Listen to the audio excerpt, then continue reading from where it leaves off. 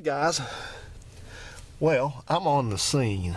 I'm up at finishing up some work today. I've been working ahead kind of all week, so I've got a little bit of a shorter day today. So I'm at one of our locations and doing what I do, and I'm in the old Dodge, and I drove it to work today because don't mind this cardboard. I'm going to run it over to the recyclery over there in just a minute. But I got Uncle Phil's radiator in here out of his Plymouth. I had it repaired for him, and so I'm going to take it back out there. And take it back out there to him because he lives a lot closer to where I'm at today than he does normally, because I'm in Huntsville and today I'm not in Huntsville, so that should work out good. So we're about to call him here in just a minute. Let's crank this thing up. Some heat.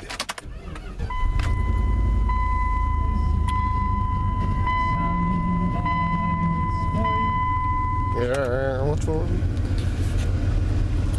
So yeah, you'll see more about that radiator when we get over to his house, because man, that thing's on life support bad. But I thought we would, I'm going to put the phone down and get the camera down and get my phone out. I thought we would call Phil live. There's the phone. Boy, I like this phone, man. This thing is a lot, it's a lot more powerful than the other one. I mean, it's faster. But the other one will work good. I gave it to my brother, so he's going to use it. He lost his, so he's been using a little flip phone and all that stuff. And so let's get Uncle Phil's number brought up here.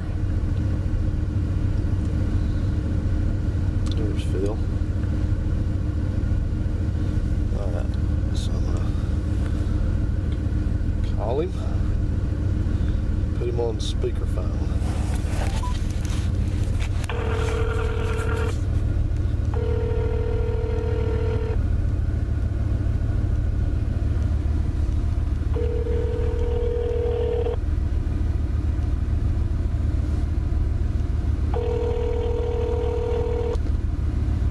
Up. It's only 10:30. You've reached Philip Douglas. Please leave us a message and we'll get back to you as soon as possible. Thank you. No, I don't leave messages for Philip or Douglas. Alright guys, well, I'm going to just ride on out there because I got other stuff to do today. I'm going to have to take this truck and get this, see if I can get the tailpipe put back on it. It got ripped off, so I'm going to do that. And I guess if Phil down there call back, I'll just drop the thing off and Santa will be on his way. I'm going to do that for him for a Christmas present. Also, I hope he's airing up though, because I want to lecture him a little bit about what he did to that radiator, because he tried to weld it. Somebody tried to weld a brass radiator, but you don't weld a brass radiator. And when he did, whoever did it got the thing so hot that it melted all the solder and everything off the tubes right there next to it, so they had to cut 3 tubes out of it.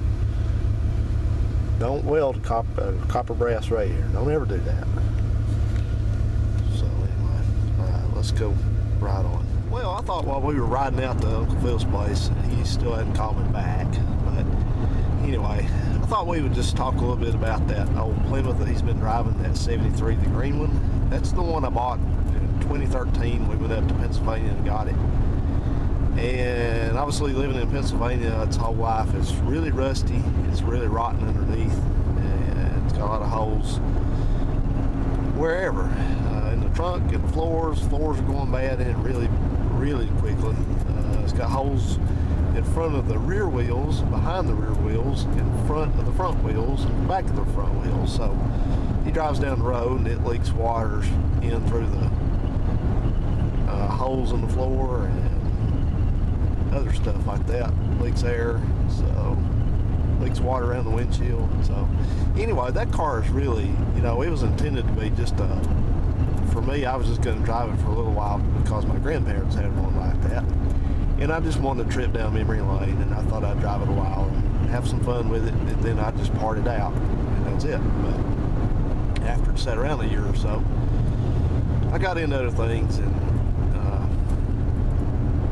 I just didn't do much with that car. So Phil was trying to get that Caprice back together, and Phil doesn't have any money.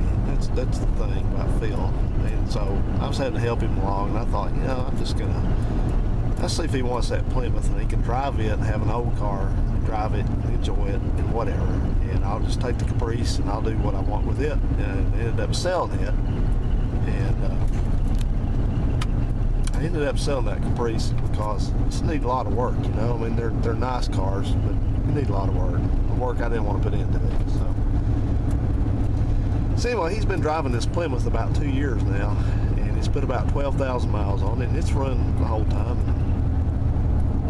He seems to have enjoyed it. Of course, he never fails to say, well, wish we could find a two-door. Wish we could find a two-door. But the thing is about Uncle Phil's a lot of talk, and so if he says, well, I wish I could get a two-door, I'll say, okay, Phil, I'll tell you what, we'll find a two-door body and we'll swap all this stuff over to it and you can have it. How about that? And he'll say, oh yeah, okay, well, bud, we'll take a look at it. Yeah, we'll see what happens. So anyway, that's that. That ain't never gonna go anywhere. So, the shape that this car's in out here, it doesn't bother me for him to have stuff get broken on it, because really there's no value in that car. That car's a Slant 6 Valiant, and I understand people. I like Valiants. I have another one. It's not that, but people are going to say, oh, well, there's old cars and they don't, you should take care of them, and I believe that, yes, but that car, sentimental feelings and all that, they don't pay for a restoration of a car. That car needs a whole ton of work to be even in nice shape. So he's just going to get to drive it until it blows up, or he finally wrecks it, or whatever happens to it, or something goes wrong with it that we just don't want to put the money into. And look at the vet over there. That guy's had that vet for a while, and it's an old one. It's about an 84, 85. I don't know what the story is on that, but Phil's wanting a vet too. You guys figured out yet that Phil wants everything. So anyway, he's gonna drive the Valiant, and that's it. So, I understand some of you guys get frustrated. Well, this could be a nice car. No, he couldn't. No, there it goes. Having had a bunch of those and knowing what cars are worth these days, as far as what they are worth to restore or for parts, that car's worthless because the body's rusty. It's got the small rear end in it, which has good gear in it. It's a 323 gear, so that would be saved. It's got a good gas tank. It's got a good interior, seats and stuff like that, which don't really fit in a coupe. But the dash the metal part of the dash is okay. The padded part of the dash is destroyed. It's got a good windshield, which would go in a Scamp or a Valiant. The doors go in a 4-door. Nobody really wants them, Glass, nobody wants the glass either. The rear glass is worth, $20. But past that, there's nothing there. That car doesn't have air conditioning, doesn't have power steering, doesn't have power brakes, doesn't have any of the things that are desirable on one of those cars. Slant 6, I know everybody can talk about it all day long about, oh, Slant 6s are so great. We love Slant 6s. Boy, everybody has warm feelings about Slant 6 engines, and that's fine. But when it comes to actually trying to sell one to somebody or foist one off on somebody, it ain't happening. They don't want one. Everybody wants a V8. That's just the reality. So that's why he has this car up here, and that's why that I don't want it back, and I'll help him keep it going as long as I can. But this radiator repair was $68 to paste that Humpty Dumpty back together again, and a new radiator for that car would be $300 anywhere you look for one. So that was not going to happen. So anyway, that's the deal, and that's why. And Uncle Phil, he's a good guy overall, but Uncle Phil tries to he's got caviar dreams on a mac and cheese budget. He tries to shoestring things. He's trying right now. He's trying to run 3 cars on a shoestring budget. So, yeah, at any one time, at least 2 of those cars are broken or non-running or something's wrong with them. In fact, I think all 3 of them got something wrong with them now. I think that, well, we know what's wrong with the Plymouth, and I think that Buick, besides the fact that it's what people that don't know about cars say, it's turning off on him. It's turning off on him sometimes, and then the heat doesn't work. And it frustrates me so bad because I've offered, that's the thing about Phil, you try to help him and he doesn't take your help. You know, he'd rather do without, I guess. But I've offered to help him fix that Buick's heat. It has no heat in it. I said, all you gotta do is just bring it down and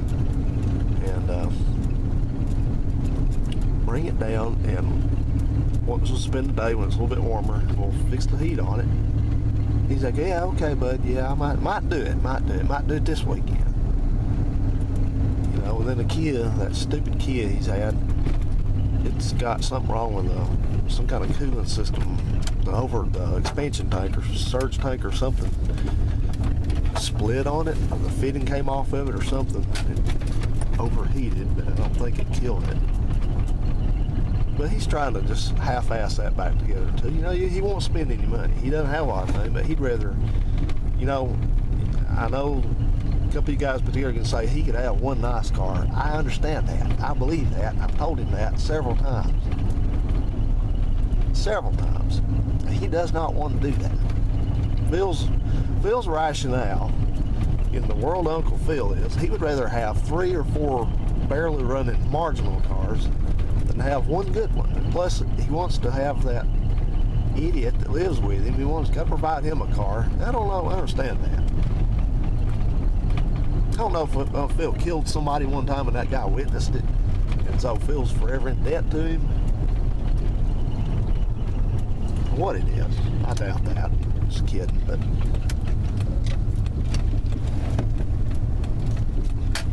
I mean, it's not, you know, it's not like that type of thing, but if Phil just stays with him and stays with him and stays with him.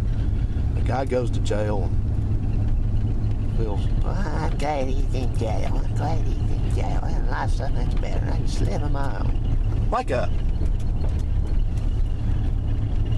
Then Phil, what Phil doesn't tell you is Phil goes down there and takes him stuff at jail, calls him, all that stuff. Doesn't tell you that part. When he's in here, he doesn't mention that.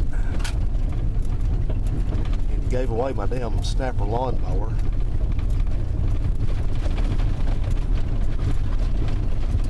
This is really wrong looking here. Now that mobile home right there, the one that's peeking out in the woods right there, that's the folks that had that smoking Mazda. So I don't know whatever happened. That's Phil's crackhead friends there.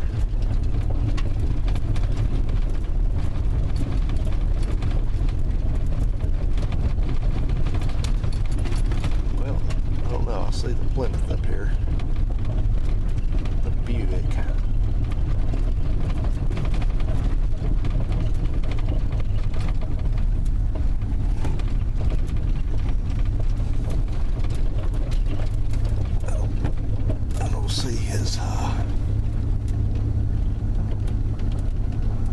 Stupid ass dog in the window. How much is that stupid butt dog in the window? I'll leave you guys running. We'll see if he comes out. Let's see. Can you see anything?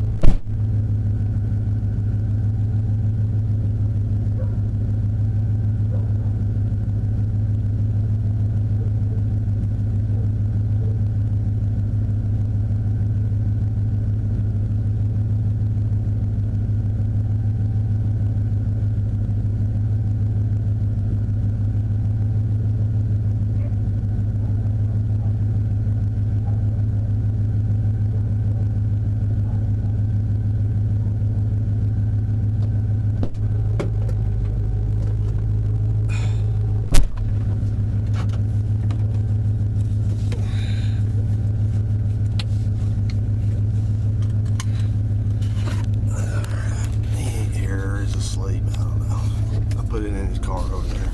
Let's get out of here. This place gives me the creeps.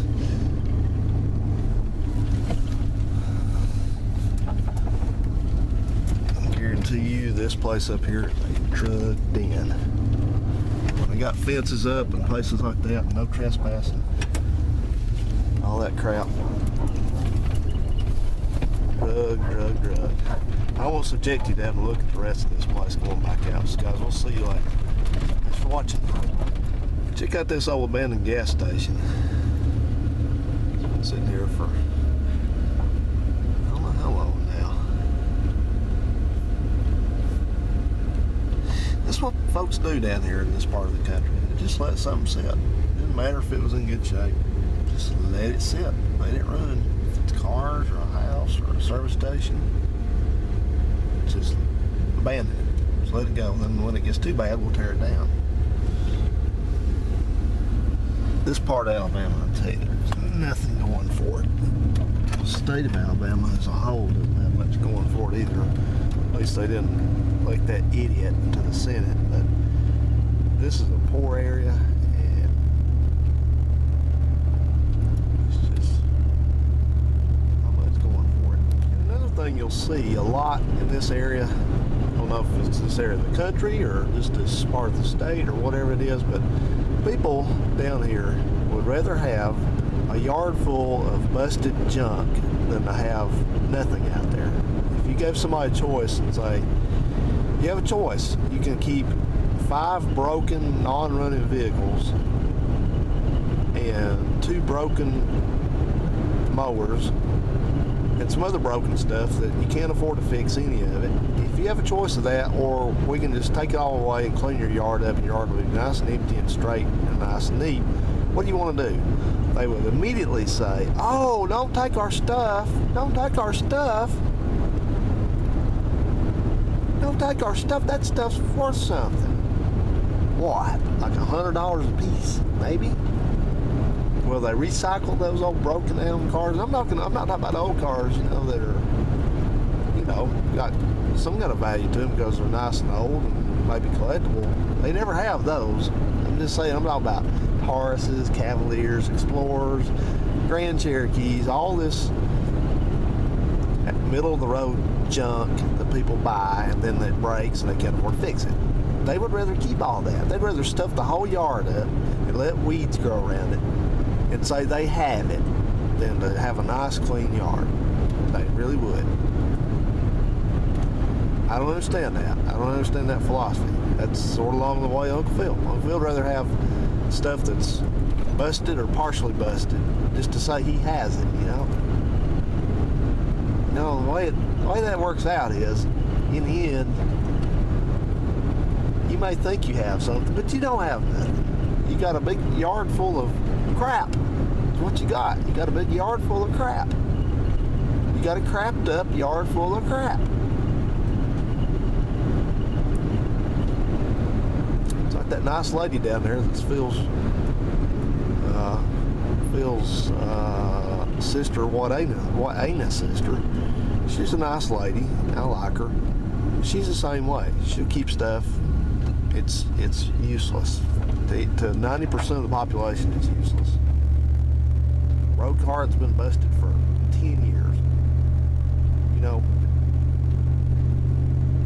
if I was in possession of that car, the weekend wouldn't be out before that thing would be hauled across the scales and my yard cleaned up. I don't want clutter. I don't like clutter. I don't like clutter. I don't like stuff closing me in and cluttered up, the yard cluttered up, stuff sitting there rotting. I hate that. I go to great pains to take care of things. And you know, that's just my philosophy, and you can't push your philosophy off on other people. If other people's minds are wired that they like junk and they like being closed in and they like all kinds of just debris around them, so be it. So be it.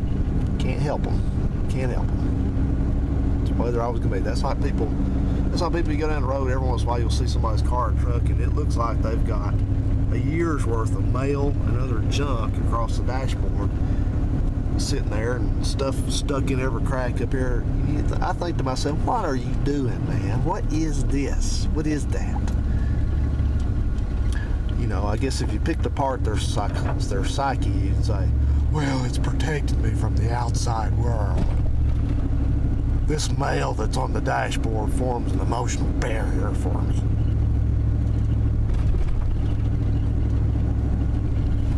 Whatever. Alright guys, I'm getting into Nowheresville up here, so I gotta look at a couple things, so turn the camera back off. Alright guys, well, a little bit further along here, you want to go visit an old friend? Let's do that. Oh, I saw Mommy kissing Santa Claus underneath the mistletoe last night.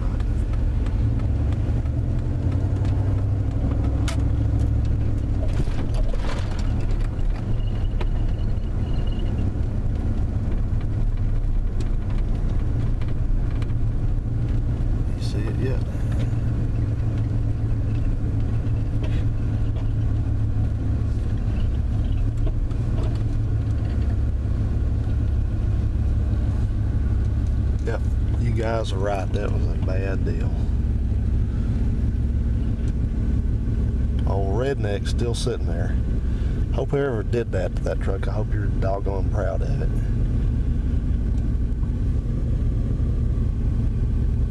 How about this sweet Impala right here? I think those are employees' cars there. Alright. Oh, by the way, this is where I bought that 5-speed full-size Blazer. I wish I still had. Never tell you why I sold that truck. I really wish I hadn't in the end. The frame was bent on it. It had been socked in the front end at some point, hard enough to bend the frame, so I don't know, you know, it's one of those. It was exceedingly rare. That truck was ordered that way. In fact, I thought I had read someplace where it was factory fiction. I thought I'd read someplace that they had to be ordered with a 5-speed. You couldn't.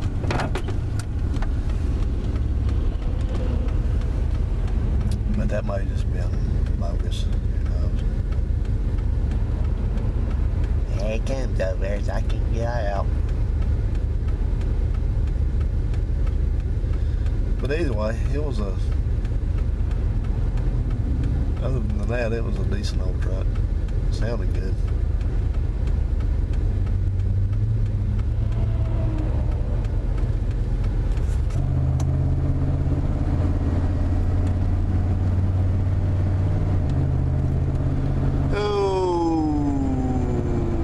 Brothers Trading Post went out of business a long time ago. I used to work up in this town every week up here.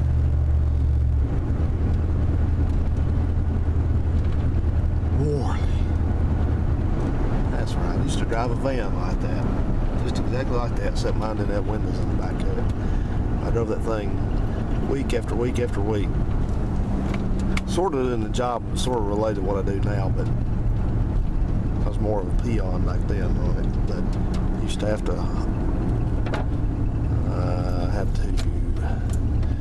load it with stuff every week and go deliver all the stuff and all that. Blew a transmission out of one of them one time. Had the same exact drivetrain this truck's got in it. That something's gonna have to go. It's getting way on my nerve. Had the same exact drivetrain this one did, and I was pulling a hill with it one day and it started smoking real bad and the front seal blew out of the transmission. So.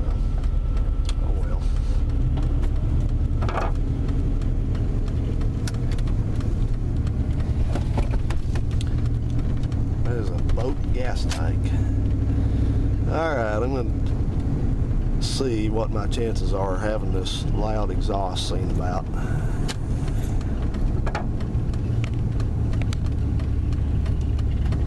It's not a good sign when you can't get in the parking lot.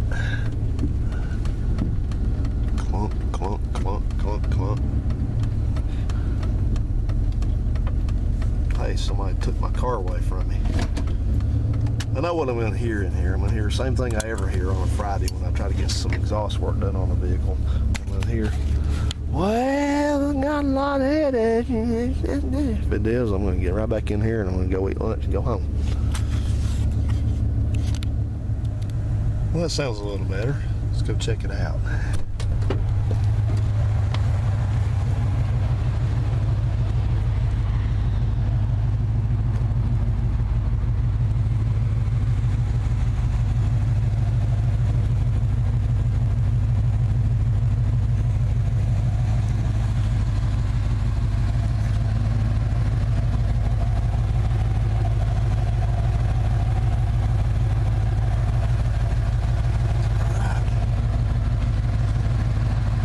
$75 later, no more exhaust leaks.